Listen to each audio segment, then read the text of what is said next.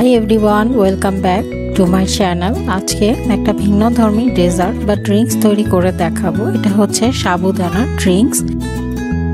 আসছে রমজানে, সারাদিন রোজা রাখার পরে ঠান্ডা এই ড্রিঙ্কসটা খেতে খুব ভালো লাগে এবং এটা অনেক স্বাস্থ্যকর। আশা করি আজকে এই ড্রিঙ্কসটা আপনাদের ভালো লাগবে। আমি চেষ্টা করেছি এখানে ডিটেলসে আপনাদের বোঝানোর জন্য। যদি কোনো প্রশ্ন থাকে তাহলে অবশ্যই নিচে আমাকে করবেন। আর এই হেলদি ড্রিঙ্কসটা আমার তো খুবই ভালো লাগে, আশা করি আপনাদেরও ভালো লাগবে। এর জন্য আমাদের জেলো তৈরি করে নিতে হবে। তার জন্য আমি বাজার থেকে জেলো কিনে নিয়ে এসেছি। এরকম প্যাকেটে জেলো কিনতে পাওয়া যায়। জেলোগুলো হালাল কিনা অবশ্যই চেক করে নেবেন। এই জেলোগুলো আপনারা বিভিন্ন ধরনের সুপার শপে পেয়ে যাবেন।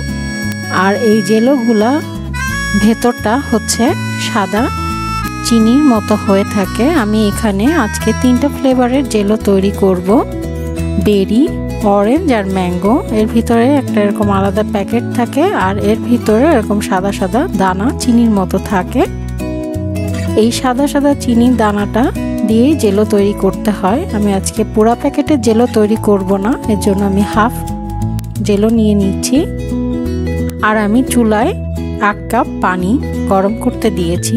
পানিটা যখন ফুটে আসবে এর মধ্যে আমরা আমাদের হাফ জেলো পাউডার দিয়ে দিব। আপনারা চাইলে কিন্তু আগার আগার পাউডার দিয়েও এই জেলোটা তৈরি করতে পারেন, কিন্তু আগার আগার পাউডারটা দিয়ে জেলো তৈরি করতে চাইলে আপনাদেরকে আলাদা করে ফ্লেভার অ্যাড করতে হবে এবং কালারও অ্যাড করতে হবে। আমি জেলো পাউডারটা দিয়ে কিছুক্ষণ এটাকে একটু হালকা হিট দিয়ে চুলা থেকে নামিয়ে নিব এবং যে পাত্রে সেট করব সে পাত্রে ঢেলে নিব। রুম টেম্পারেচারে চলে আসলে এটাকে আমি ফ্রিজে রেখে সেট করে নিব 1 ঘন্টার জন্য।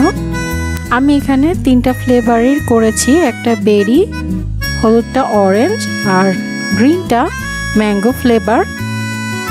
আপনারা চাইলে যে কোনো এক ফ্লেভারের করতে পারেন, আর অথবা আপনারা জেলোর পরিবর্তে এখানে কলা, আপেল, আঙ্গুর এই টাইপের ফলও ব্যবহার করতে পারেন, বাট আমি আজকে এখানে জেলোটাই ব্যবহার করেছি।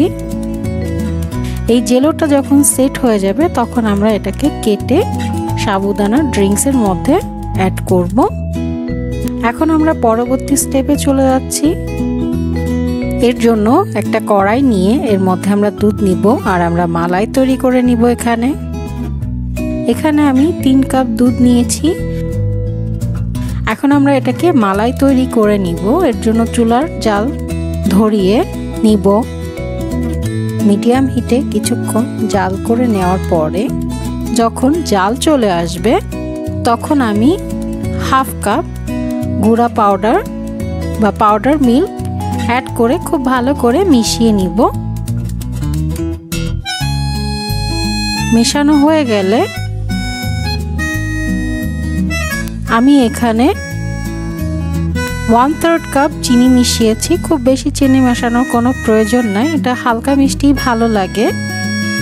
আর এটাকে জাল দিয়ে অনেকটা ঘন মালাইয়ের মতো তৈরি করে নেবেন। ঘন না হলে কিন্তু আমাদের সাবুদানা ড্রিঙ্কসটা খেতে ভালো লাগবে না। খেয়াল রাখতে হবে দুধটাকে মালাইয়ের মতো তৈরি করে নিতে হবে। আপনারা চাইলে এখানে কিন্তু কেসারটাও ব্যবহার করতে পারেন। এবার আমরা সাবুদানাটাকে সিদ্ধ করে নিব। তার জন্য এখানে আমি অনেক খানিকটা পানি দিয়ে ফুটিয়ে নিব।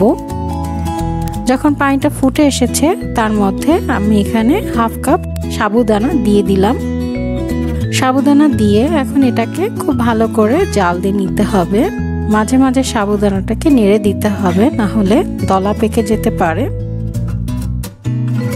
সাবুদানার ভেতরে এরকম সাদা থাকে, যখন এই সাদা ভাবটা চলে যেয়ে স্বচ্ছ ভাবটা চলে আসবে তখনই বুঝবেন সাবুদানাটা সিদ্ধ হয়েছে। দেখুন আমাদের সাবুদানার ভেতরে সাদা ভাবটা কিন্তু অনেকটাই চলে গেছে। আর 2-3 মিনিট জাল দিয়ে আমি এটাকে চুলা থেকে নামিয়ে নিব। চুলা থেকে নামিয়ে একটা স্টেইনারে সাবুদানা পানি ঝরিয়ে নিব। পানি ঝরানো হয়ে গেলে এর মধ্যে ঠান্ডা পানি দিয়ে ধুয়ে স্টার্চগুলো ভালো করে ধুয়ে নিব।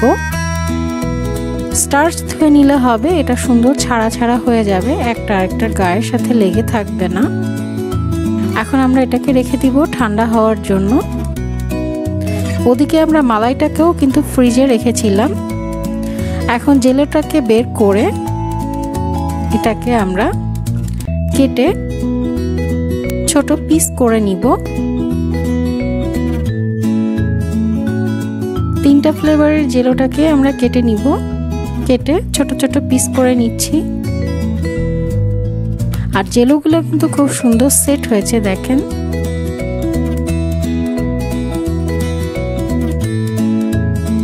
আমার সবগুলো জেলোই সুন্দর জমেছে।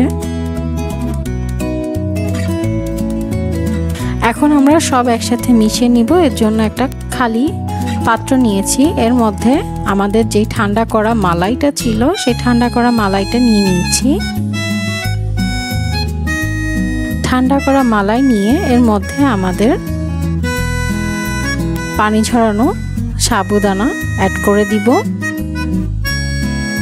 সাবুদানা অ্যাড করে এটাকে খুব ভালো করে মিশিয়ে নিচ্ছি। নিয়ে এর মধ্যে আমাদের 3টা কালারের জেলো একে একে অ্যাড করে দিব। 3টা কালারের জেলো দিয়ে নাড়িয়ে চাড়িয়ে এটাকে মিশিয়ে নিব। আর এখানে আমি 2 টেবিল স্পুন রুয়াবজা অ্যাড করছি। রুয়াবজাটা অপশনাল, অনেকে রুয়াবজার ফ্লেভারটা পছন্দ করেন না, তারা চাইলে রুয়াবজাটা এখানে বাদ দিতে পারেন। আমি এখানে রুয়াবজাটা ব্যবহার করছি। এবার আমি এখানে গ্লাসে সাবুদানা ড্রিঙ্কসটা সার্ভ করে নিব। আপনারা চাইলে এর মধ্যে বরফ কুচিও অ্যাড করতে পারেন। যেহেতু আমরা সবকিছুই ফ্রিজে রেখে ঠান্ডা করে নিয়েছি আর ঠান্ডা লাগার একটা ভয় আছে, সেজন্য আমি এখানে বরফ কুচি অ্যাড করছি না।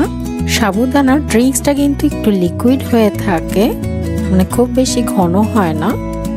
আশা করি আমার সাবুদানার ড্রিঙ্কসটা আপনাদের কাছে ভালো লেগেছে। ভালো লাগলে আমার চ্যানেলটিকে সাবস্ক্রাইব করবেন, পাশে থাকা বেল আইকনটি প্রেস করে দিবেন। আর কারো যদি কোনো কোশ্চেন থাকে তাহলে নিচে আমাকে কমেন্টস করে জানাবেন, আমি চেষ্টা করব আপনাদের উত্তর দেওয়ার জন্য। আর এই সাবুদানার ড্রিঙ্কসটা ইফতারে অবশ্যই ট্রাই করবেন, স্বাস্থ্যের জন্য অনেক উপকারী। সারাদিন রোজা রাখার পরে সাবুদানার ড্রিঙ্কসটা খেলে শরীর অনেক ভালো থাকবে। সবাই ভালো থাকবেন। আল্লাহ হাফেজ।